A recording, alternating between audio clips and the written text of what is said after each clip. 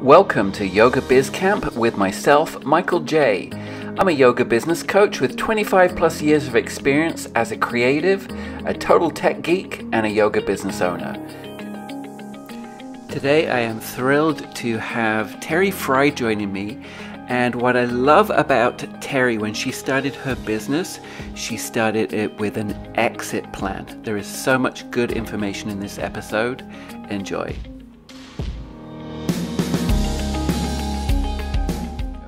Okay, I want to welcome Terry Fry today. I'm super happy to meet with her today and bring her to you. And I'm just going to read her bio here. Terry is a bundle of high energy, I will agree with that, with a DIY attitude who thrives on challenges. Her first words, according to her late mother, were, "I do myself." I love that. With the innate mindset. Terry isn't afraid of taking risks and trying new things. Terry's work life began at an early age, helping in a family-run business in Monterey, California. Her horizons and knowledge base expanded when she moved to San Francisco Bay Area and began her professional sales career working for a Fortune 500 company. A major life event motivated Terry to opt out of the corporate America and followed her passion for yoga. She left corporate America with no regrets, love that, and no looking in the rear view mirror to pursue a new career path as a yoga teacher. This was the springboard which propelled her onto the entrepreneurship path of yoga studio ownership. Having achieved all the goals Terry had set for the studio, she sold it in July, 2020. Yes, in the middle of a pandemic. Woo! Terry's next career chapter as a business consultant has begun. Putting her 30 years plus of experience to good use, Terry recently launched Sweat Drop Consulting, focusing on boutique yoga and fitness studios. Terry earned a Bachelor of Arts from the University of California at Santa Barbara and a Master of Arts in Organizational Management from the University of Phoenix. She holds numerous yoga training certificates, including one from the Yoga Alliance. Terry's also a certified mind-body business consultant. And when not doing yoga, Terry is an avid walker. She loves her Fitbit, a quilter, a great reader of historical fiction, and enjoys spending time with family. Welcome, Terry. I'm super happy to have you here. Thank you, Michael. I'm excited to be here as well. I appreciate this opportunity. So I really want to know so you started as a yoga teacher, but this is a business interview. So I really want to know, what was that moment that made you start a business, or for you, it was purchasing a business? What was that moment? How did that happen for you? Well, that moment came in 2014. At that point, I had been almost teaching yoga for a decade. And those of you who are yoga teachers know that it's really challenging to support yourself as a yoga teacher. Yeah. It's almost nearly impossible. And I had done it, but I also had done some additional things. I was an independent sales rep for several boutique yoga clothing companies that helped support my income. But basically there was some a chain of events happened, and I found that my income suddenly diminished due to several factors. And so I decided to take the summer of 2014 off. My mom in California needed some help with some surgery. So I thought, great opportunity to sort of take a step back and assess where I was at and what I wanted to do moving forward. I was 53 at the time, and I hadn't put very much towards retirement. And I was to the point where it's like, I need to really start having a better plan for my future. Because unlike my mother, who has 4 kids, I don't have any kids. So I'm not going to have someone flying out to California to take care of me when I'm older. So that was a real motivating factor, was, okay, how do I essentially earn more income? And I thought about it throughout the summer as I was caring for my mom. And I just came to the realization that I thought about going back to corporate America. And I went, I just really didn't want to do that. And I love the freedom and flexibility of being a yoga teacher. I had a passion for what I was doing. I loved yoga. I really like to help people find what worked for them. And I also had a pretty good business background. So that summer, and I'm, unlike some of my colleagues, never became a yoga teacher with the goal of owning a yoga studio. Because as my bio mentioned, I grew up in small business. And I understand the ups and downs of a small business. I still remember several times my dad giving me my paycheck in one hand and $100 cash in the other hand and saying, don't cash this until Friday. Cash flow is a little slow right now. And if you need more, let me know. Don't, so, and how the business did was how the family went. Did we take a vacation during the summer? All those things. So, however, I got to the point where I want to be a little bit more control of my destiny. And it just worked out that the studio that I had been working at and managing since 2011, one of the owners had passed away, which was the reason why some of my income was diminished. And I finally got to the point where I'm like, okay, maybe I could buy a studio or open a studio. And what would that look like? At the same time, my friend Louise, who owned the studio I bought, was thinking it's time for her to sell. So it just sort of worked out that she was ready to buy, I was ready to sell. And like Rick Stollmeyer says a lot when he's talking about the fitness business, I basically took from my 401k. I took from my retirement to actually get the down payment for my studio. And then I borrowed and had a loan for the rest. And so that's really how it came to pass, was that how I bought my studio. Was I had been teaching and managing it, and the previous owner was ready to sell, and we were able to put a deal together. And I took ownership in January of 2015. So that was really sort of how that led to it. It was sort of a backdoor way of getting there. Yeah. But yeah.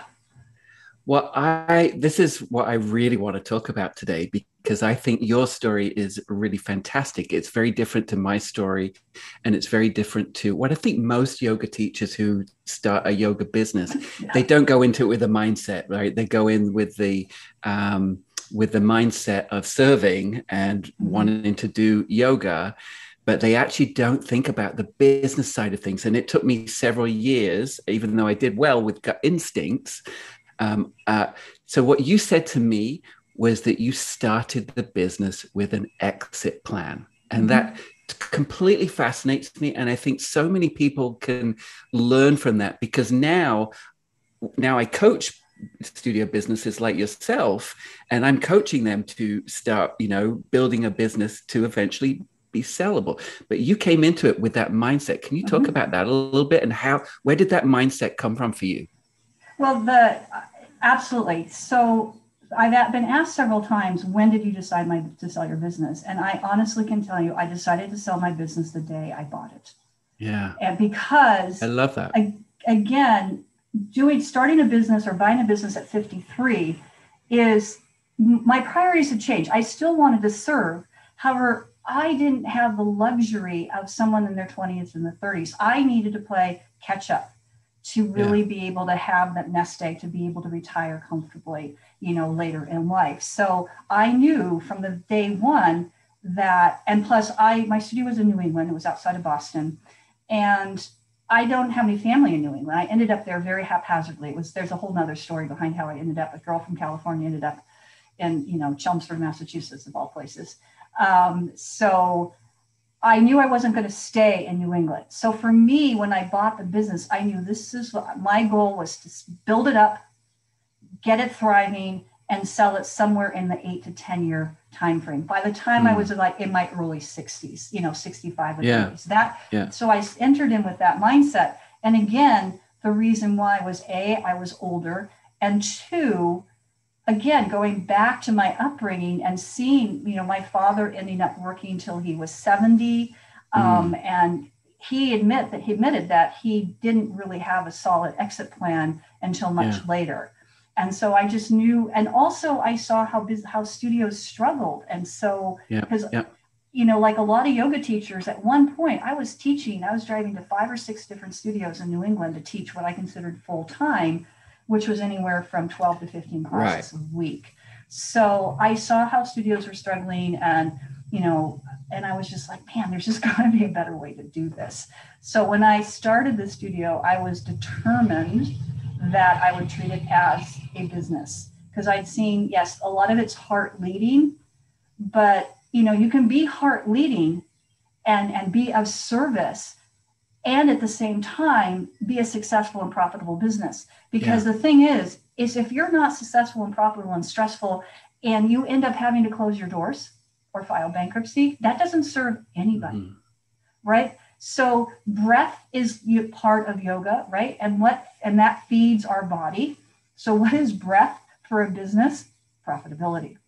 Yeah. Profitability is what feeds a business. And notice I'm saying profitability. I'm not saying making money. I'm saying profitable, because we all know you can have tremendous income. And I'm sure we all know people who make a lot of money. I used to be that way, made a lot of money, but guess what? I spent a lot of money and I was always in debt. My credit cards were racked up back in my corporate sales days, right? Because I had to look and dress the part. Right? I'd go into Nordstrom's and drop $500, no problem. And then my credit card debt was outrageous. So it's like, so it's not just about sales. It's about your net income. Yeah. And it's about your net income, EBIT, earnings before income tax. What are you making? And that's your profitability. And so that's what I wanted to focus on. Did you have other examples of successful, profitable yoga studios? Because I think there was a time where yoga studios didn't run on a business model, but then there was a switch. I think and I think Mindbody had a lot to do with that, with education, and so Mindbody definitely, So yes, I did early on, and that's the other thing that is very important too, is having a business mentor or a business coach, which I had all through the 5+ years I owned my studio. But I had a mentor that I had known from before when I first started practicing yoga back in the Bay Area. And she had run, she and her husband both had run and sold and opened and sold and numerous, I think they're on studio number 8 right now. And they like to get them going, sell them up, build them up, and then sell them, and then go on to the next thing. So I knew it was possible. And I certainly, one of the things that really helped me is when I bought the studio, I like to say we literally were on a punch card system. We had an index card box. Me too. A to Z. And exactly. So a lot of people don't realize that's where the name Punch Pass came from. We actually had punch passes and staff to track the punches. Yes, exactly. And so that was, I knew that was pretty antiquated. And so that was one of my first big projects, was to figure out what business software I wanted to go with. And I mean, I'll be honest, I looked at least half a dozen, because I had used Mindbody at other studios, but I wanted to look at all of them. And at the end of the day, I went with Mindbody. Yes, is it expensive? You could say it's expensive, but let me tell you, the value of Mindbody is in my opinion, makes it priceless. Because a lot of the things I learned about streamlining yoga studio and how to make it work is Mindbody University is one of the best kept secrets in the industry. It's literally give you the blueprint to how to run it successful, but based on best practices, based on all the data they have. And so, like you said, intuitively I knew some of this stuff, but just putting it into play, it really helped me kind of execute, put everything into play. Yeah, similar to you, Mindbody Bold was my first experience to Mindbody. And that's where I came out of there going, oh, wow, other people are making a business out of this. Right. And so that education, and so that, I think that did a lot for businesses to have a profit mindset for sure, and putting systems in place. So when you purchased the business, did it have systems in place, or? It had some systems in place. Granted, they were, very not fully fleshed out. And I will say to the previous owners is that when they opened the studio in September 2011, 6 weeks later, one of the owners was diagnosed with stage 4 lung cancer. So for the first 2 years of the studio, it was just, oh my gosh, we've got this business, we got to keep. And so it's a real testament to them that when I bought it, it was at least breaking even, right? It wasn't making any, but it was a solid. I knew it was a solid business. So they had some very, very simple structures in place, like events calendars, and they did have an intro offer, and but nothing was really just simply because of everything that was happening with his, with Norman, the previous owner. So I was able. There was a little bit of a foundation. And so I just took that and I did build on it. And again, plugging into MindBody really helped with that, with the intro offer to membership. And that truly is when things really started taking off, is obviously that the recurring revenue is. And that's how I would look at things. It's like, okay, I want to do X and it costs this much money. How many memberships do I have to get to pay for that? Yes. And so that was always an overriding, way I made business decisions about whether I should invest in something. It's like, what's my yield going to be? And so when I set out with the studio, I had a 5-year plan of where I wanted the studio to be revenue wise, where I wanted to be profitability wise, how many members I wanted to have, all of that stuff. And I had those sort of benchmarks, and some of those numbers I just kind of pulled out of the air. I was just like, okay, what could I potentially do? And now I know actually how to reverse engineer that. There is a formula you can actually reverse engineer it. And I guess intuitively I knew that because it ended up kind of being where it was at when I actually hit that goal in year 5. Yeah. So, and you hired a coach during that period, and I had 2 coaches and now you and I are both MindBody certified consultants, and so people hire us for what we needed back then. So, what was the thing that made you hire a coach? What was that thing that made you take that step? So that's a great question, and this was 2017. So I'd had the studio for just about 2 years. And the first couple of years, I was seeing really steady growth and was doing really well. But then in the 2017, things started to slow down a bit. And that was because I realized, hindsight, right? Actually it was in hindsight, I realized this, is that I was doing too much. I had, in the beginning, I did everything. And the studio had, from 2015, it had doubled 2 times. It doubled in 2016 and it doubled again in 2017. So it was like I had a lot on my plate. And so there were a lot of cracks. The process was good when it was a little simpler, but now that the capacity and the volume was increasing, the holes in the system were starting to show. Yeah. And I just was so swamped and overwhelmed just trying to do the data. I was like, okay, I'm not going to get this done. And so when I sat down in June of 2017, I was reviewing my numbers for the year for the first 2 quarters. And I was looking towards the end. I knew I wasn't going to hit my goal. Now, my goal is my goal. It's just me. But it's like, darn it, I set that goal. I wanted to hit it. I wanted to achieve it. And I realized that I needed help. And again, through MindBody, I got to know some of the consultants. And then actually MindBody has their own private network called MindBody One, which is a private community that you and I both participate in MindBody Clients. And I've gotten to know several consultants. And one of them I just really resonated. And I just reached out to her. And it's kind of funny. She thought I was just wanting to chit chat about something, but I just literally said, okay, this is what needs to be done. And part of it was because I had signed up to go to a teacher training in Bali in the fall.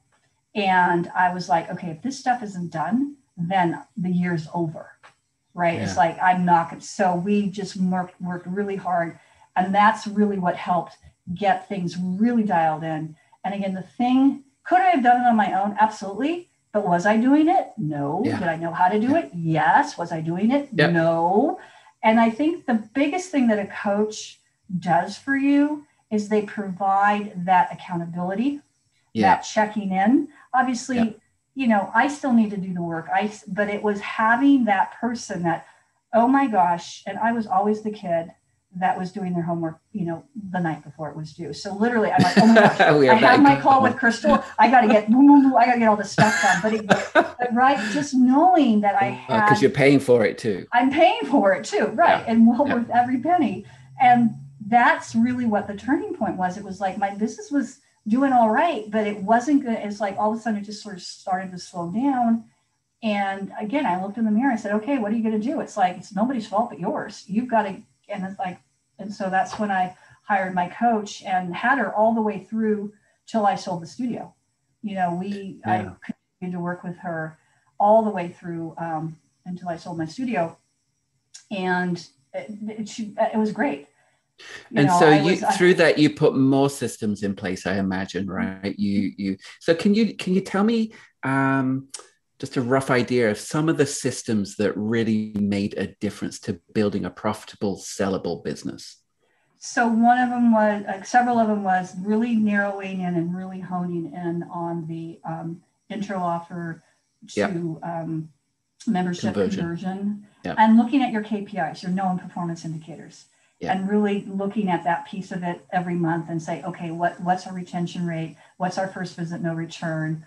All of those numbers, and then seeing where the holes were and then putting a system in place to be able to plug that hole. So we noticed that we were doing pretty well with the conversion to the membership. That was getting really solid. But then we noticed that there was starting to be a fall off on the memberships, around month 6 or 7.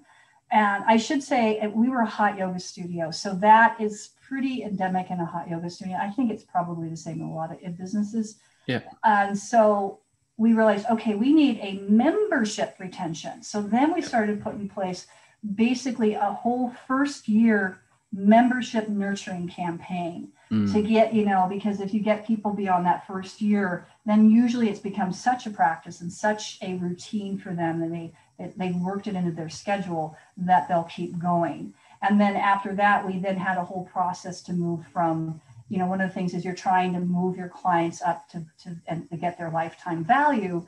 And so if they have a class card, trying to move them to membership, the monthly membership, then we started, because we had that so dialed in, we did a yearly membership. And again, there's pros and cons to yearly membership. Absolutely. The thing I would caution with you have to be able to balance a yearly membership with enough monthly memberships and be very disciplined about that yearly membership. Because if you're taking in a huge influx of cash at one time, and let's just say you're taking in $50,000, $60,000 in one chunk, you got to realize that is for future services. So you got to make sure that you're parsing. It's a liability to the business. It's a liability to the business. So you've got to make sure that you're not using that all to pay off a credit card debt. Yeah. And then all of a sudden 3 months into it, you're like, oh my gosh, I don't have. So if you're only having annuals, that's not such a good thing. So you still want that monthly reoccurring, but it's a way you've got the people, it's like a whole pipeline moving towards this ultimate arc and their lifetime process. And then to keep those people happy, then I also instituted a rewards program through Perkville. And that really helped tie people back to, in fact, I just posted in MindBody One when they hit 1,000 classes. So we had milestone visits for the longevity. If you had so many classes, and we had what we call the wall of success. And I got one of those little, Polaroid cameras that take the little credit card size. We take their picture, we put it up there. I got at Bold a couple of years ago, they had the My Intent bracelets. So I bought the My Intent bracelet kit. They were doing a promo on it. And so when they hit a certain number of classes, they could pick a word and we would stamp that on their bracelet. So we had a whole procedure for the rewards program. We also, the other thing that really helped was front desk staff. So for the first few years, I didn't have front desk. So that was getting a front desk staff person and that whole process of and having them be actual salespeople. So sales scripts. So training them, doing all of that. That really, again, because I was doing a lot of that, again, my background sales. If anybody ever wants anybody to work their front desk. Yeah, me too. I was good at that too. I was good at it. I was great at it. I mean, it's just in my DNA, right? And I love to work, but I realized, I can't be at the studio all the time. So I need to have people and teachers just aren't going to cut it. Let's just. And it's not natural for everybody, right? Yeah. No. I hired for sales. I hired for sales. That was what the job description was sales, and then they would do the front desk stuff. So getting job descriptions. One of the things I had started to work on was I got to the point where was going to hire a manager. That was the next big piece of that. So, having all of those things in place, and, if you could have them at the beginning, great. But sometimes you just have to kind of grow into them. But basically, anytime you find yourself doing something more than once, you should have an SO, a standard operating procedure for it. And that's what my coach helped me do, because I'm not so great at I can help other people do it, but don't ask me to do it. Right. It's, always do as I say, not as I do. So those are some of the things. Let's talk about that. That's the operation manual, basically, to run your business. And within that, it's like literally I work with everybody on this. I think it's the most important thing is putting those procedures in place and having it in a binder, it's a live document that changes. It's a live document, yeah. And then when you sell, it's literally you hand over the Bible to how it's run, right? It's exactly. Did you have your staff? Did you train your staff as well to sell, or did you keep that as the teachers? Were they separate? I would do a few things. I realized that I was an anomaly as a yoga teacher, and that I could sell, and I love to do it. Most yoga teachers don't. And so I realized early on that I couldn't expect them to, but there were a few simple things, like in terms of the intro offer. It's like if someone new comes in, you don't say, well, do you want to do a drop-in? I would just like fingers on the chalkboard, right? So it's like, what are you going to say, so that everybody was saying the same thing, simple as, hey, Michael, what most of our new students do is our introductory offer. It's $3 for the first 3 days. You can come as much as you want. You get a mat and towel. And shut up. And then, okay, yeah, let me sign you up for that. Instead of, because I would hear that, and this took some training. It's like they want to say, well, do you want to do our intro offer or drop in? And I'm like, oh my gosh, stop saying that. So simple things like that. The other one is, and some teachers were better at this than others, is a simple thing like you do have a 10 class card, let's say. Not everybody's going to be a candidate for membership. Yeah. But, they come in routinely, maybe it's only once a week, but they come in, or maybe they come twice a month, but they come all the time. And I had, especially people that did like other sports, like triathletes and marathoners and stuff, we would be like their active recovery day. So I didn't want to disclude them. I wanted them to feel like part of the community. So, maybe 10 card and a simple thing like, hey, Michael, you used your last class today. Can I hit you up for your next 10 pack? Yeah. Or, I was always, hey, Michael, you only have 2 classes left on your 10 pack. Should I hit you up for your next 10 pack? And because we stored everybody's credit card, 9 times out of 10, people say, oh yeah, go ahead. Yeah. And some people were better at that than others, right? And it just, I was more adamant on getting the new students to do the intro offer, because I knew if they did the intro offer, our retention rate, we had gotten our retention rate pretty high.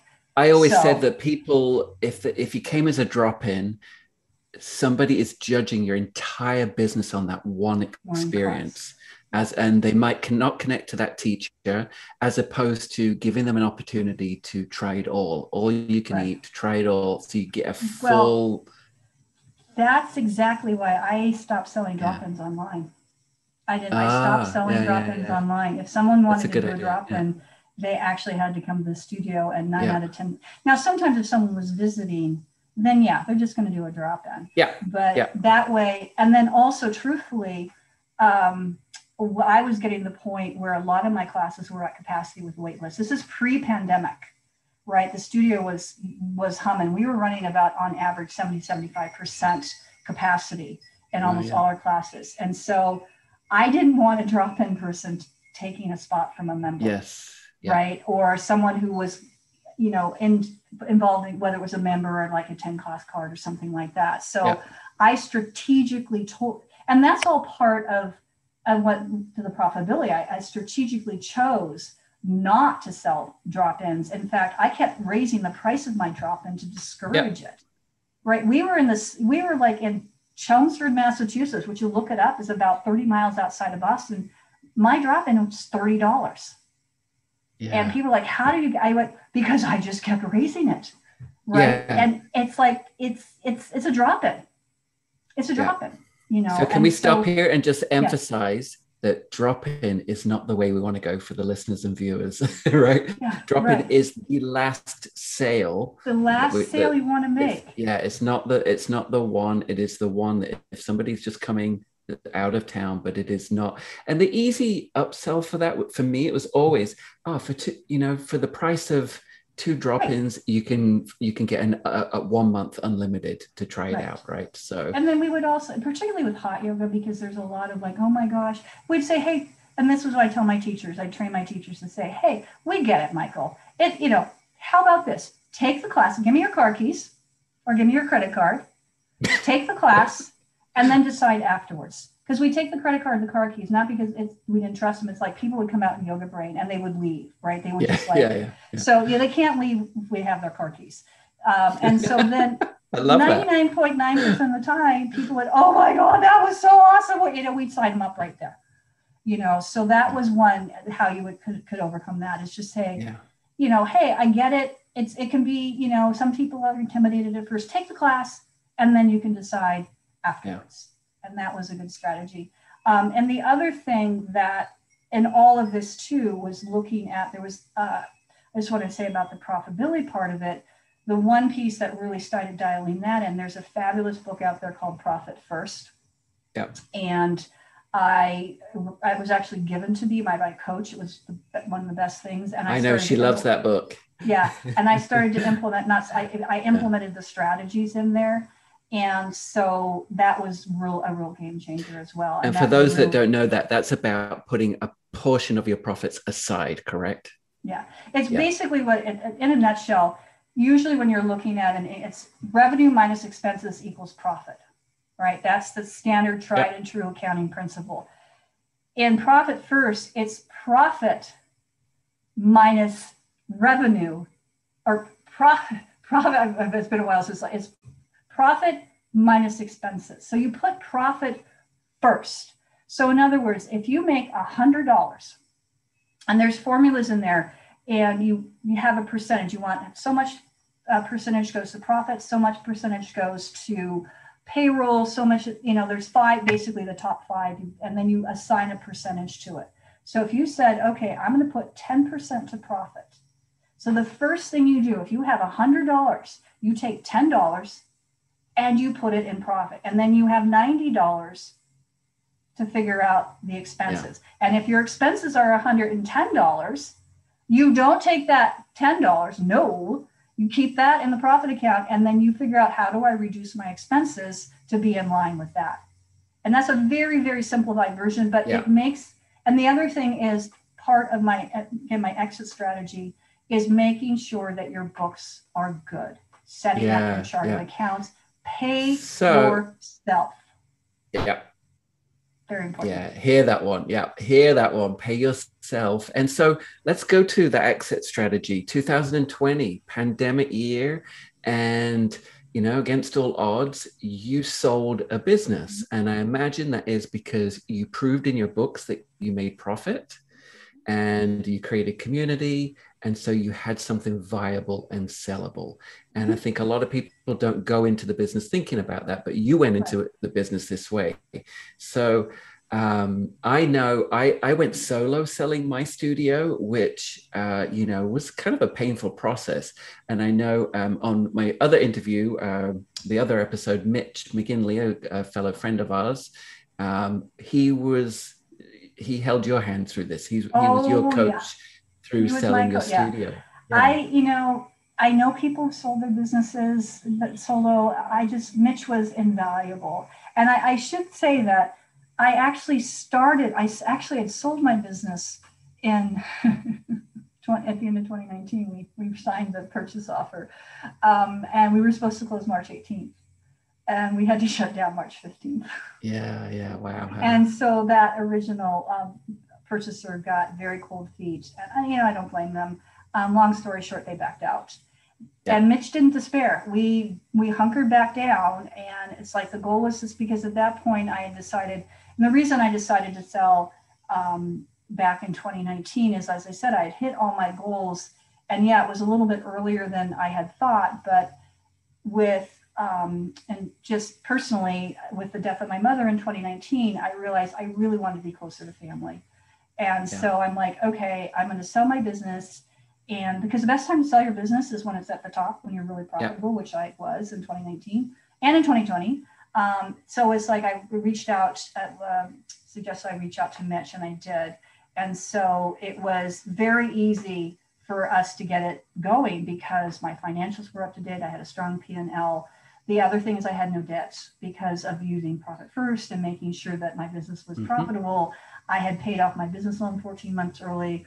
I had zero debt. And on my P&L, there was owner's income because I paid myself, I was a corporation, so I paid myself as a W-2 employee. So that way I took taxes out of my own pay, so I was an employee of my corporation. The other advantage to that was I was able to set up an owner-only 401k plan. So I actually made contributions to a 401k, and my employer, Fry Hot Yoga, who knew I had the best last name for a hot yoga studio, Fry Hot Yoga, did a matching contribution, which was an expense deduction for the business. Yeah, I also was able to set up a group health plan. And so that came through as a payroll deduction again from the business. So all of that showed on my P&L.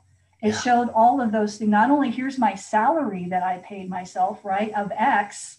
Yep. Here is here's the 401k contribution. Here is the insurance, the health insurance compensation. And we all know that health insurance is worth a good, depending on where you're at, a good anywhere from $8,000 to $10,000 a year. Yeah. That's super smart, Terry. That is so smart. And also, when someone goes to buy and they see all of that on the books, right? Yeah. And they can actually visualize that I can pay myself out of this. And right. And also, and you have sold your business and now you've purchased a house from it. And, profit works, right? Profit works. And granted, when we did sell the studio, and the other thing that helped sell it in the pandemic was, granted, we did not sell, I'll be honest, we did not sell it for what we had originally had original purchase agreement. And that I had reconciled myself to that fact. If I had wanted to hang on to the studio, I know that within a couple of years, it would have been right back up there and I could have sold. But I had already sort of made that transition that mentally, this is what I wanted mentally and had started to do. So it's like, okay, this is really what I want to do. Plus my lease was coming up would have been due this year. And I really didn't want to have to negotiate because I knew I didn't want to go through another 5 years, right? So it was like, so it still made sense. And because of the memberships, right? Because I had such strong memberships and I had such a phenomenal first quarter of 2020 up until the pandemic, I was running 40% ahead of 2019 for the first quarter of 2020, and 2019 was 32% ahead of 2018, so it was like I was still going gangbusters. And then after we shut down, boom, immediately spun and went to a live stream platform, thanks to FitGrid, because they launched that first. And then MindBody did the on-demand, and I did with that. So I had the on-demand, the live streaming, I had the memberships. When I sold the business, it was still profitable. I was still making a profit. It was small, yes, but I didn't have to, do anything wild. I was still able to pay that was the other thing, because I had the money in the bank. I was still able to pay all my expenses. I was able to pay my teachers. I was able to pay myself.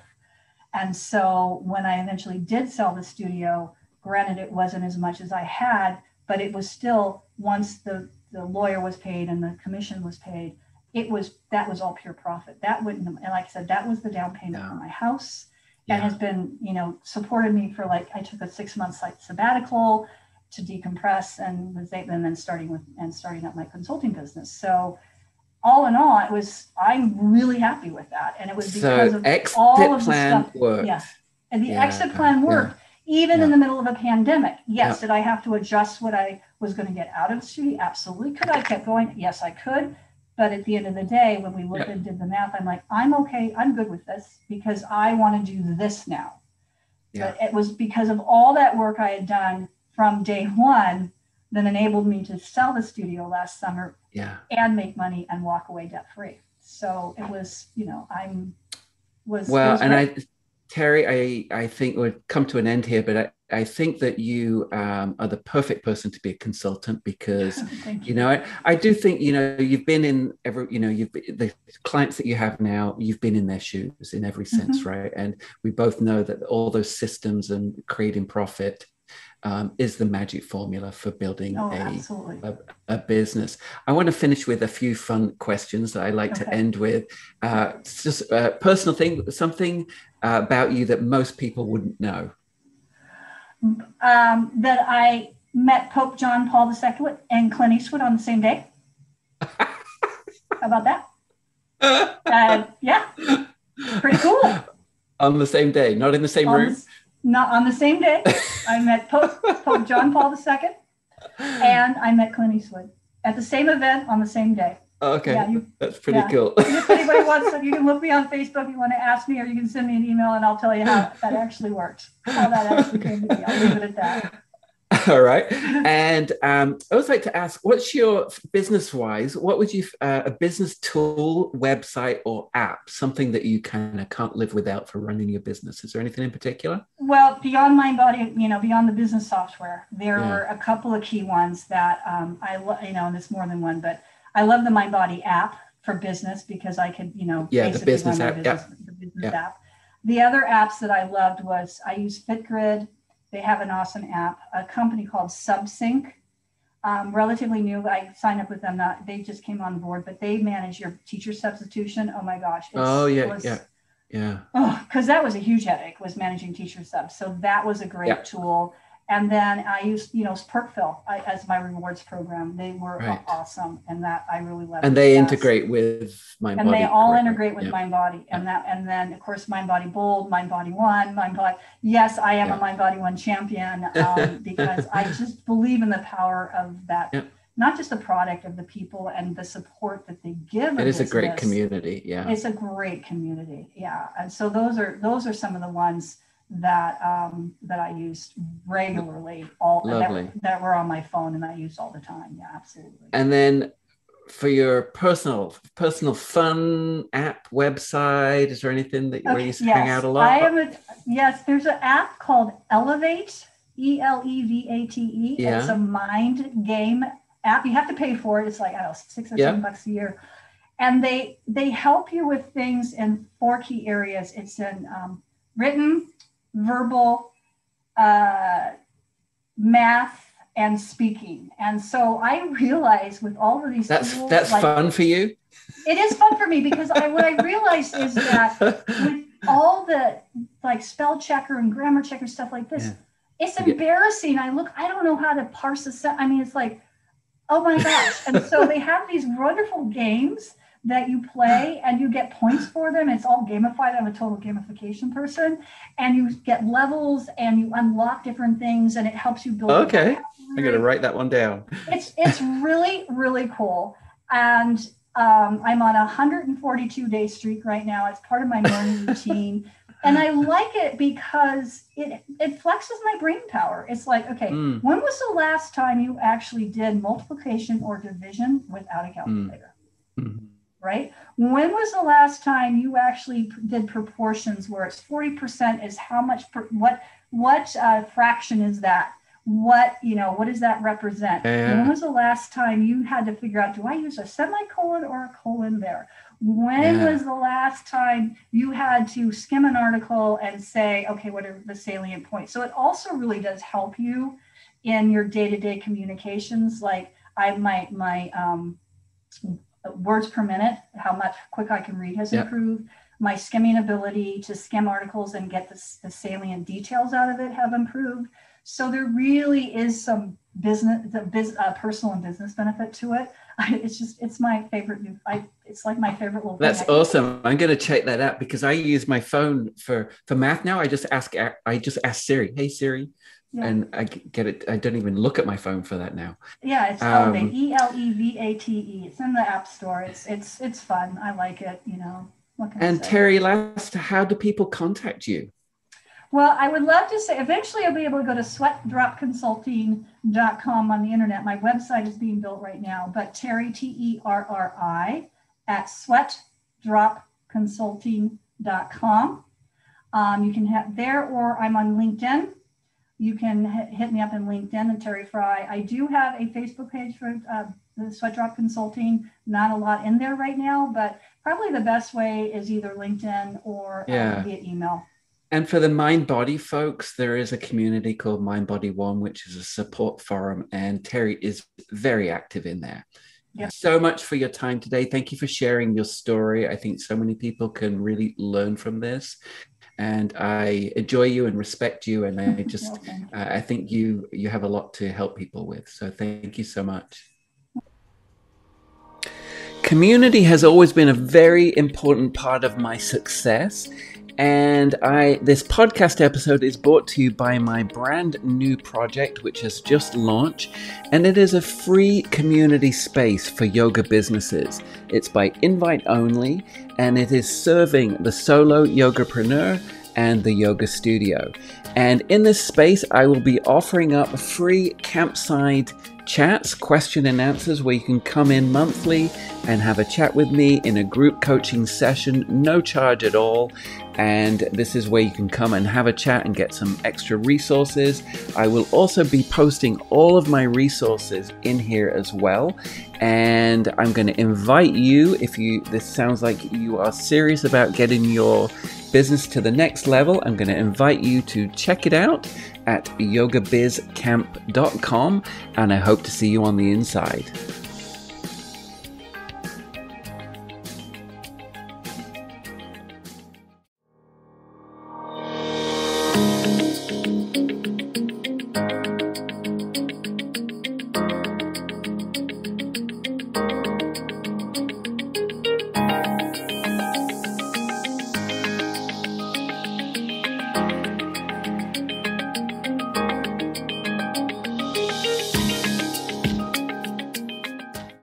Don't forget to like, comment, and subscribe on our podcast. It really helps us out a lot. Thanks a million.